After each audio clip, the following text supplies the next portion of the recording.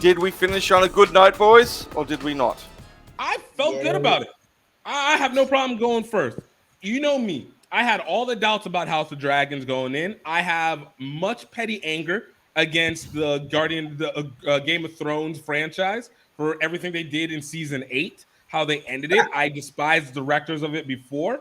But needless to say, despite the fact that I always felt like the tone was still very similar and it knocked off, I felt like they did what they needed to do, and it goes back into the concept that the show is like the real life version of what actually happened in the story told book.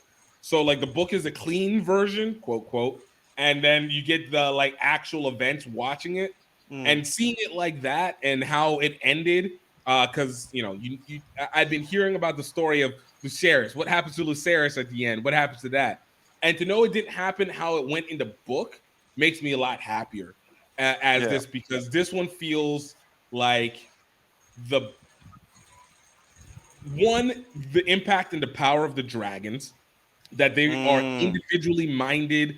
What do they call it whenever people feel other people's feelings? Empaths, individually minded empaths. That do their thing and you're responsible irregardless.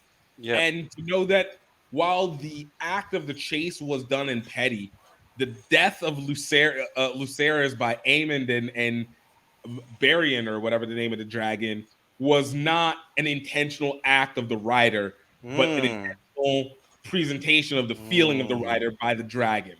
And brutal. It's brutal. And that's how real wars start. That is how wars start. I think you're right. What do you think, JP? Yeah, I really enjoyed the last episode. The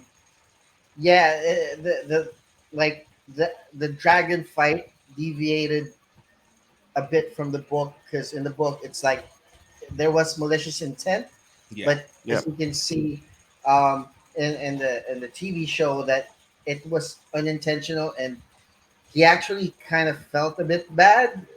Yes. He felt. You saw the concern in the eye, not in the eyes, in the eye. In the eye. Yeah. Yeah. But, the eyes. Yeah, the eye of the dragon. And I think his concern was more like, fuck, I'm gonna start a war now.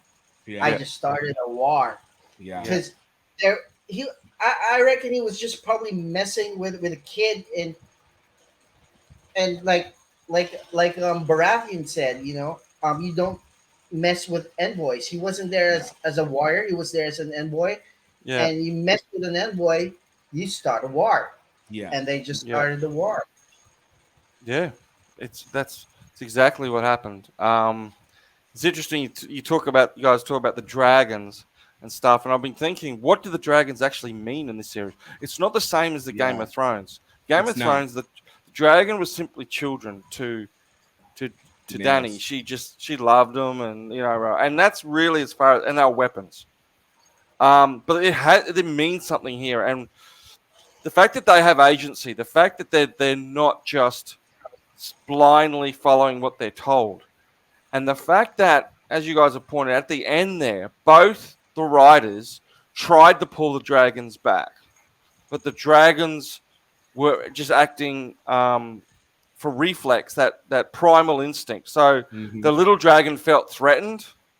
He felt threatened, and he attacked the big one, and the big one was, just reacted back, and neither of them could stop him.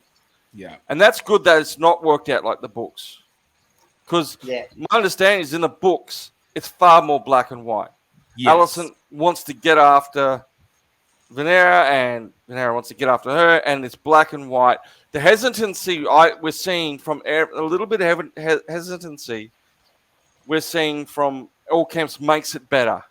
Because it just makes it more human. Like, they know that they're playing with fire, and this is where the dragons actually do come in. They're literally playing with fire.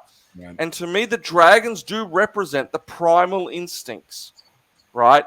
The rider, because I've heard this in psychological circles, the rider is the rider is the rational side of a person.